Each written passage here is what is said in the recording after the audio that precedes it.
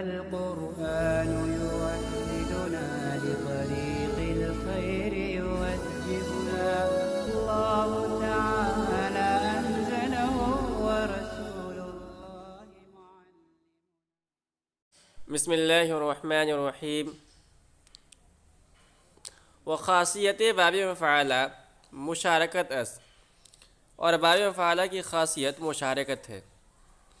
مشارکت کا مطلب یہ ہوتا ہے کہ فاعل اور مفعول کا معنی فاعلیت اور معنی مفعولیت میں باہم شریک ہونا، اس طور پر کہ فعل ہر ایک سے صادر ہو کر دوسرے پر واقع ہو، یعنی معنی کے اعتبار سے ہر ایک فاعل بھی ہو اور مفعول بھی ہو. البتہ لفظ کے اعتبار سے ایک فاعل ہوگا اور دوسرا مفعول. جیسے مثال لیا انہوں نے کہ چو حاربہ جنگ کرد، جیسے کہ حاربہ اس نے لڑائی کی، حاربہ جنگ کرد باؤ، حاربہ اس کا معنی ہے کہ اس نے لڑائی کی اس سے. وقاتلہ کارزار کرد باؤ، اور قاتلہ اس نے اس سے قتال کیا. تو ان دونوں مثالوں کے اندر آپ نے دیکھا کہ کیسے فاعل اور مفعول دونوں معنی فاعلیت اور معنی مفعولیت میں باہم شریک ہیں. جب لڑائی ہوگی تو ہر ایک کی طرف سے جو ہے لڑائی کا صدور ہوگا، قتل کا صدور ہوگا، اور ہر ایک پر اس کا وقوع بھی ہوگا. تو لفظاً جو ہے یعنی معنی کے اعتبار سے ہر ایک فاعل بھی ہے اور ایک مفعول بھی ہے، مگر لفظ میں جو ہے لفظاً جو ہے ایک فاعل ہوگا اور ایک مفعول ہوگا. آگے استثناء ہے کہ باب مفعلہ سے آنے والے کچھ افعال ایسے بھی ہیں جن میں یہ خاصیت نہیں پائی جاتی، یعنی مشارکت کے معنی نہیں پائے جاتے ہیں، بلکہ وہاں ایک ہی طرف سے فعل کا صدور ہوتا ہے. مگر لغتیں مگر چند الفاظ ہیں جس میں یہ خاصیت نہیں پائی جاتی. چوں عاقبت اللص، جیسے کہ عاقبت اللص، اس کا ترجمہ میں نے چور کو سزا دی. تو ظاہر سی بات ہے عقاب کے اندر صرف مفعول شریک ہے، فاعل شریک نہیں ہے. اس کا مطلب یہ نہیں کہ میں نے چور کو سزا دی، چور نے مجھے سزا دی. یہاں لفظاً معناً ایک فاعل ہے اور ایک مفعول ہے. وطارقت النعل، اور میں نے ایک چپل دوسرے کے اوپر رکھا. ودعا، دوسری خاصیت ہے دعا.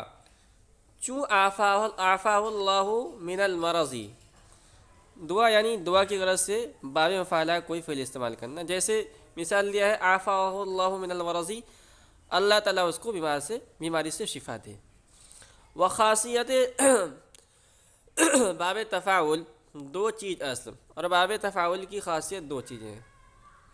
مشارکت، نمبر ایک ہے مشارکت، اور اس کا مطلب ہے کہ دو یا زیادہ چیزوں میں سے ہر ایک کا صدور فعل اور وقوع فعل میں دوسرے کے ساتھ اس طرح شریک ہونا کہ لفظاً دونوں فاعل ہوں اور معناً ہر ایک فاعل بھی اور مفعول بھی ہو. جیسے مثال لینا چو تضاربنا، جیسے کہ تضاربنا بزدیم با یک دیگرو، ہم دونوں نے آپس میں ایک دوسرے کو مارا. تقابلنا در برابر یک دیگر افتادین، ہم دونوں ایک دوسرے کے آمنے سامنے ہوئے. تو یہاں لفظاً اگرچہ ایک فاعل ایک مفعول ہے، لیکن معنی جو ہے ان میں سے ہر ایک فاعل بھی ہے اور مفعول بھی ہے، اور یہ مشارکت ہے. اس کے بعد ہے وہ تکلف چیزیں، خواہانے و نباشی، کسی ایسی چیز کا تکلف کرنا جس کا آپ خواستگار نہ ہو، جس کو آپ نہ چاہتے ہوں.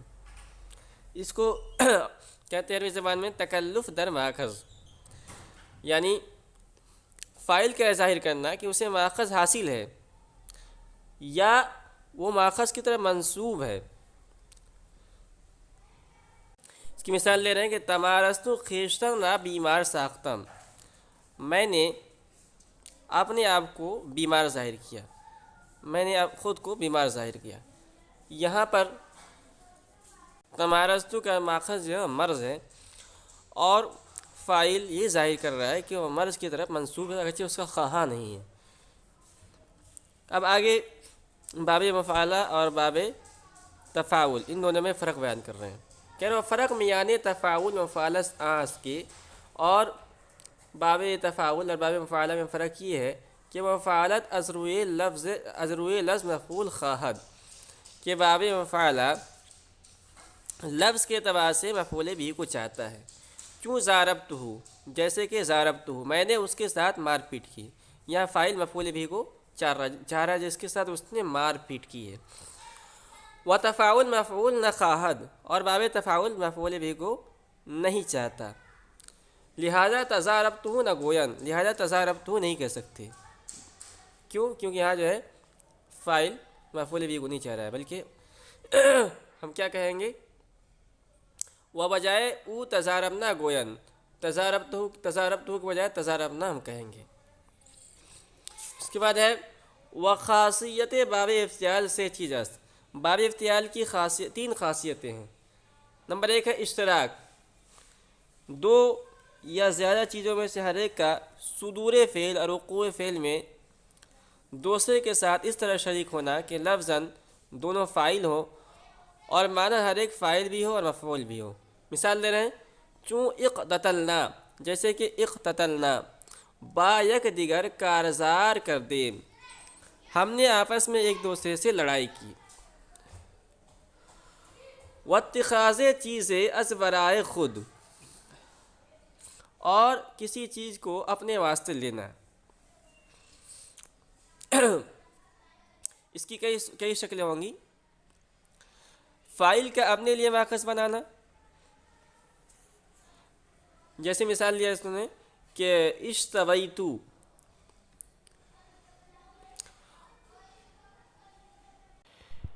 بریاں قدم از برائے خود، میں نے اپنے لیے بریاں بنا لیا.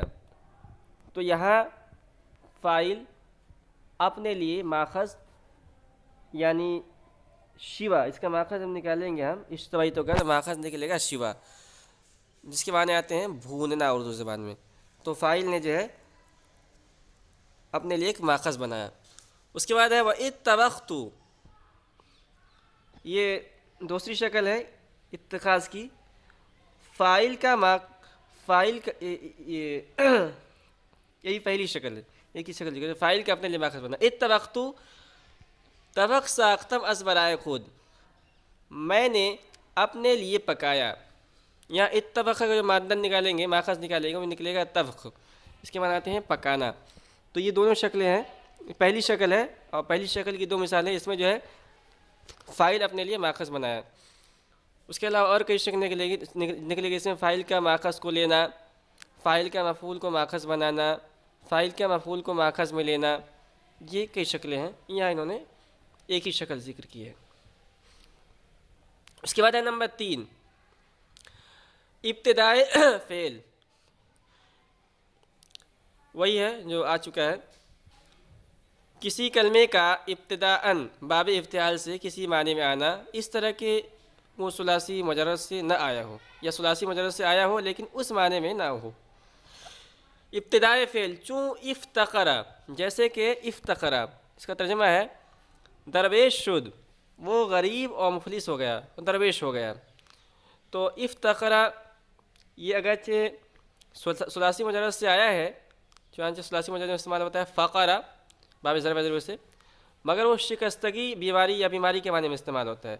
فقرہ کے معنی آئیں گے کہ شکستگی یا بیماری کی بنا پر ریڑھ کی ہڈی میں درد والا ہو گیا. اور یہاں مزید فی میں جب باب افتعال سے ہم لے کر آئے تو باب افتعال سے یہ ابتداءً ایک معنی یعنی فقیری کے معنی میں استعمال ہو رہا ہے. وہ خاصیت باب استفعال 5 چیز است. باب استفعال کی 5 خاصیتیں ہیں. نمبر 1 ہے سوال. عربی میں سے کہتے ہیں طلب، یعنی فاعل کا مفعول سے ماخذ کو طلب کرنا. چوں استطعمہ، جیسے کہ استطعمہ، خورش خاص ازوے، میں نے اس سے کھانا طلب کیا. تو یہاں استطعمہ کا جو ہم ماخذ نکالیں گے وہ ہے طعام، جس کے معنی اردو میں آتے ہیں کھانا. تو یہاں فاعل نے مفعول سے ماخذ یعنی طعام کو طلب کیا. کہہ رہا ہوں این اصل باب است، طلب جو خاصیت ہے، پہلی خاصیت، یہی باب استفعال کی اصلی خاصیت ہے۔ وزن، دوسری خاصیت ہے زن، اس کو حسبان بھی کہا جاتا ہے۔ فاعل کا کسی چیز کو ماخذ سے متصف گمان کرنا۔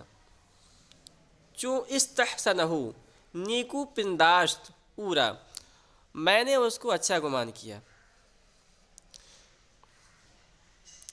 وَإِسْتَقْبَحَهُ، اور استقبحہ، جس پنداشت اورا، میں نے اس کو برا گمان کیا۔ تو یہاں فاعل نے ایک چیز کو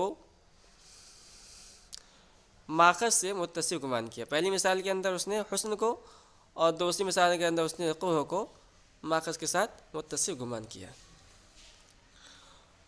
نمبر 3 ہے وجدان، کسے بر صفت فاعل کا مفعول کو ماخذ سے متصف پانا۔ کسے بر صفت، کسی آدمی کو کسی صفت کے ساتھ متصف پانا۔ مثال لے رہے ہیں، چوں استکرمتہ، جیسے کہ استکرمتہ، کریم یافتم اورا، اس کا ترجمہ کریں گے میں نے اس کو سخاوت سے متصف پایا۔ یہاں فاعل نے مفعول کو ایک ماخذ یعنی کرم کے ساتھ متصف پایا، یہ اس کو وجدان کہتے ہیں۔ نمبر 4 ہے تحول،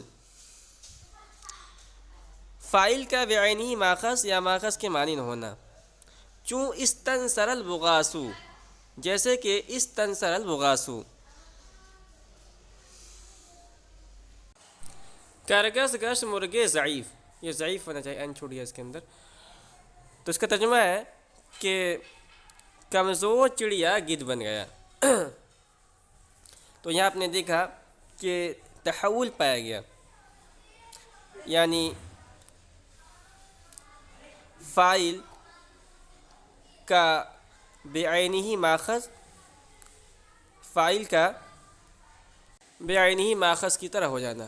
تو یہاں ماخذ جو ہے اس کے اندر نکالیں گے، اس تنصرہ کے اندر، تو نکلے گا نصرون، جس کے معنی آتے ہیں گدھ۔ تو ایک کمزور پرندہ گدھ بن گیا، یعنی طاقتور بن گیا گدھ کی طرح، اسے کہتے ہیں تحول۔ اور دوسری شکل ہوتی ہے تحول کی کہ ماخذ کے مانند ہونا۔ پہلی شکل ہوتی ہے فاعل کا بعینی ماخذ ہو جانا ہوتا ہے اس مثال کے اندر، پہلی مثال کے اندر، اور دوسرا ہے جو ہے فاعل کا ماخذ کے بعینی ماخذ تو نہیں ہوتا ہے مگر ماخذ کے مانند ہو جاتا ہے۔ اس کی مثال دے رہے ہیں، استنوق الجمل، ناقہ گشت جمل، اس کا ترجمہ ہوگا اونٹ اونٹنی بن گئی۔ تو یہاں پر جو ہے ماخذ یعنی ناقہ بعینہ، فاعل بعینہ ماخذ تو نہیں ہو گیا مگر ماخذ کے مانند ہو گیا۔ و ابتدائے فعل، اور ابتدائے فعل وہی ہے، یعنی ابتداءً کسی کلمے کا باب استفعال سے کسی معنی میں آنا، اس طرح کہ وہ ثلاثی مجرد سے نہ آیا ہو یا ثلاثی مجرد سے آیا ہو لیکن اس معنی میں نہ ہو۔ مثال دے رہے ہیں، چوں استرجع، جیسے کہ استرجع، انا للہ و انا الیہ راجعون گفت، اس نے انا للہ و انا الیہ راجعون پڑھا۔ تو یہ استرجع اگرچہ ثلاثی مجرد سے بھی آیا ہے، چنانچہ استعمال ہوتا ہے رجع، مگر وہ واپس لوٹنے کے معنی میں، اور انا للہ و انا الیہ راجعون کے معنی میں صرف اس کے اندر استعمال ہوا ہے۔ اس کے بعد